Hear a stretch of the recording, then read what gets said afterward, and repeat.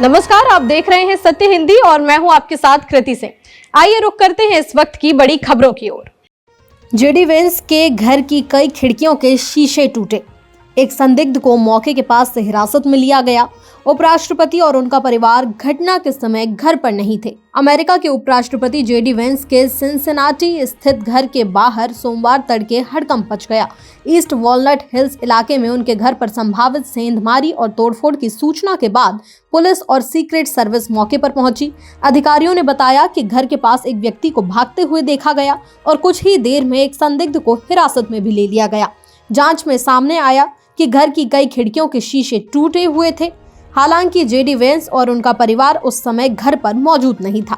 Police ये पता लगा रही है कि घटना के पीछे मकसद क्या था और क्या ये राजनीतिक हमला था। जांच अभी जारी है। मुस्तफिजुर रहमान को आईपीएल टीम से बाहर करने पर बांग्लादेश नाराज। सरकार ने आईपीएल मैचों के प्रसारण पर रोक लगाने का दिया आदेश। भारत बांग्लादेश रिश्तों में राजनीतिक तनाव पहले से जारी। बांग्लादेश सरकार ने सोमवार को आईपीएल 2026 के प्रसारण पर रोक लगा दी है। ये फैसला तेज गेंदबाज मुस्तफिजुर रहमान को बीसीसीआई के निर्देश पर कोलकाता नाइट राइडर्स की टीम से बाहर किए जाने के बाद दिया गया है। सूचना एवं प्रसारण मंत्रालय ने कहा कि रहमान को हटाने के पीछे बीसीसीआई ने कोई ठोस या तर्कसंगत वजह नहीं बताई, जिससे बांग्लादेश के लोग आहत हैं। सरकार ने इसे सार्वजनिक हित में लिया गया फैसला बताया। ये कदम ऐसे समय में आया है जब बांग्लादेश ने T20 वर्ल्ड कप के लिए भारत आने से भी इनकार कर दिया है। भारत बांग्लादेश रिश्तों में पहले से ही तनाव चल रहा है। शी जिनपिंग ने अमेरिका की कार्रवाई को एक तरफा और दबंग बताया। चीन ने मादुरो और उनकी पत्नी की तुरंत रिहाई की मांग की। चीन ने कहा, कोई देश दुनिया का पुलिस वाला नहीं हो सकता। वेनेजुएला के राष्ट्रपति निकोलस मादुरो की अमेरिकी कार्रवाई में गिरफ्तारी के बाद चीन ने अमेरिका पर तीखा हमला बोला है। चीनी राष्ट्रपति शी जिनपिंग ने कहा कि दुनिया में एक तरफा और दबंग रवैया अंतर्राष्ट्रीय व्यवस्था को कमजोर कर रहा है। बीजिंग में आयरलैंड के प्रधानमंत्री से मुलाकात के दौरान शी ने कहा कि बड़ी ताकतों को अंतर्राष्ट्रीय कानून और संयुक्त राष्ट्र चार्टर का सम्मान करना चाहिए। चीन के विदेश मंत्री वांग यी ने भी कहा कि कोई भी देश दुनिया का पुलिस वाला या जज नहीं बन सकता। चीन ने मादुरो और उनकी पत्नी की तुरंत रिहाई की मांग की है और अमेरिका से बातचीत के जरिए मसला सुलझाने के लिए कहा है। पीएम मोदी और योगी की करीब 1 घंटे तक बैठक। यूपी के विकास कार्यों और भविष्य की योजनाओं पर चर्चा। विपक्ष के मतभेद के दावों के बीच मुलाकात को माना जा रहा अहम। उत्तर प्रदेश के मुख्यमंत्री योगी आदित्यनाथ ने सोमवार को नई दिल्ली में प्रधानमंत्री नरेंद्र मोदी से मुलाकात की। करीब 1 घंटे चली इस बैठक में यूपी के विकास एजेंडे पर विस्तार से चर्चा हुई।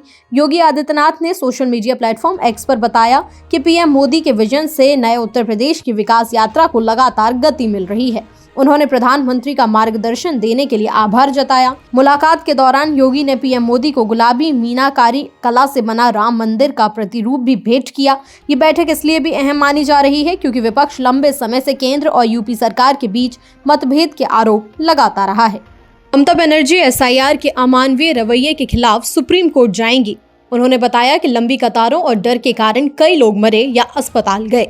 एसआईआर को अनियोजित, मनमाना और असंगत बताते हुए चुनाव आयोग से रोकने की अपील। पश्चिम बंगाल की मुख्यमंत्री ममता बनर्जी ने सोमवार को कहा कि वे विधानसभा चुनाव से पहले जारी विशेष गहन संशोधन एसआईआर के अमानवीय रवैये के खिलाफ सुप्रीम कोर्ट जाएंगी।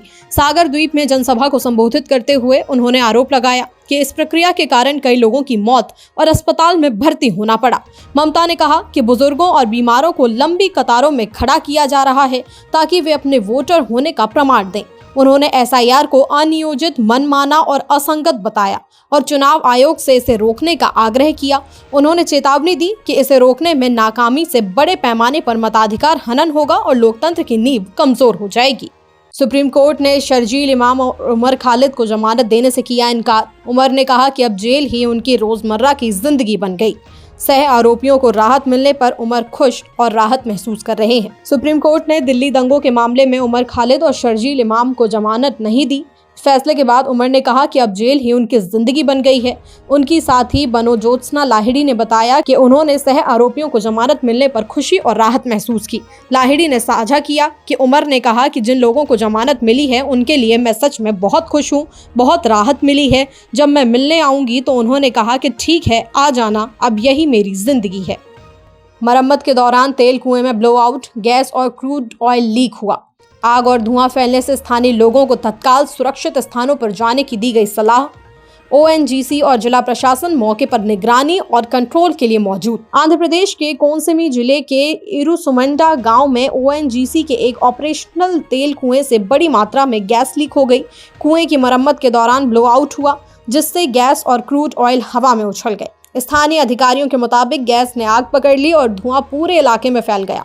लोगों को चेतावनी दी गई कि बिजली उपकरण या स्टोव का इस्तेमाल न करें। गांव वालों ने तत्काल अपने घर और पशुओं को सुरक्षित स्थान पर ले जाया। ओएनजीसी और जिला प्रशासन मौके पर मौजूद हैं और स्थिति को कंट्रोल करने की कोशिश कर रहे हैं। देवास एसडीएम का आदेश वायरल, मंत्री विजय वर्गीय के घंटा बयान का जिक्र। एसडीएम आनंद मालवीय और सहायक अमित चौहान को निलंबित किया गया। नया एसडीएम अभिषेक शर्मा ने अधिकारियों को भविष्य में तटस्थ भाषा का पालन करने का निर्देश दिया। मध्य प्रदेश में देवास एसडीएम आनंद मालवीय का एक आदेश वायरल होने के बाद प्रशासन में हड़कंप मच गया। आदेश में कांग्रेस की याचिका और मंत्री कैलाश विजयवर्गीय के घंटा बयान का जिक्र था, जिससे राजनीतिक विवाद खड़ा हो गया। इसके बाद आनंद मालवीय और उनके सहायक अमित चौहान को तत्काल प्रभाव से निलंबित कर दिया गया है। कांग्रेस ने इसे एसडीएम पर अन्याय बताते हुए सवाल उठाया। देवास का नया एसडीएम अभिषेक शर्मा बने और उन्होंने अधिकारियों को निर्देश दिया कि भविष्य में सरकारी आदेशों में राजनीतिक भाषा का इस्तेमाल ना हो। प्रशासन ने कहा कि दस्तावेज हमेशा तटस्थ और पेशेवर होने चाहिए। इंदौर में दूषित पानी से डायरिया का कहर, 20 नए मरीज मिले। इस समय 142 लोग अस्पताल में भर्ती, जिनमें से 11 मरीज आईसीयू में। भागीरथपुरा बना संक्रमण का केंद्र, 9000 से ज्यादा लोगों की जांच। मध्य प्रदेश के इंदौर शहर में दूषित पीने के पानी से फैले डायरिया ने हालात बेहद गंभीर बना दिए हैं।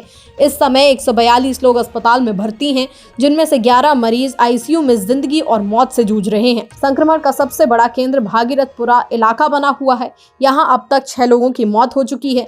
रविवार को स्वास्थ्य विभाग की टीमों ने भागीरथपुरा के 2354 घरों के 9416 लोगों की जाँच की। इस दौरान 20 नए मरीज सामने आए, जिससे स्वास्थ्य विभाग की चिंता और ज्यादा बढ़ गई है।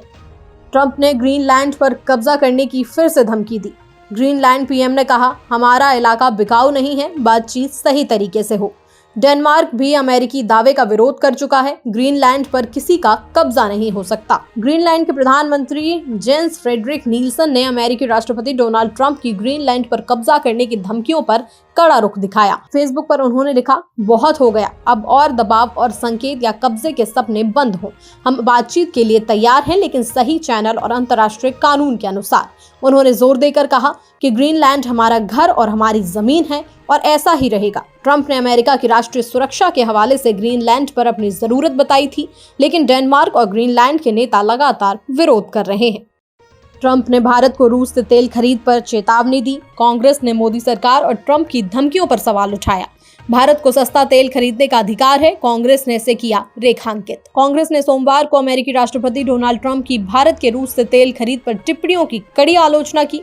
वरिष्ठ नेता जयराम रमेश ने कहा कि प्रधानमंत्री के व्हाइट हाउस में अच्छे दोस्त ने भारत के प्रति अपना गरम ठंडा वाला राजनीतिक जरिया जारी रखा है। उन्होंने फिर से धमकी दी है कि अगर भारत रूस से तेल लेना बंद नहीं करता तो अमेरिका भारत से आने वाले आयात पर टैरिफ बढ़ा देगा। सारी नमस्ते ट्रंप, हाउडी मोदी जैसे इवेंट्स, जबरन गले मिलने और सोशल मीडिया पर अमेरिकी राष्ट्रपति की तारीफ करने वाले पोस्ट का अब तक बहुत ही कम फायदा हुआ है। फिलहाल के लिए इतना ही। देखते रहिए सत्य Hindi.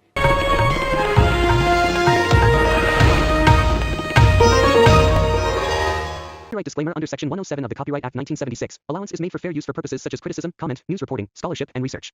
Fair use is a use permitted by copyright statute that might otherwise be infringing.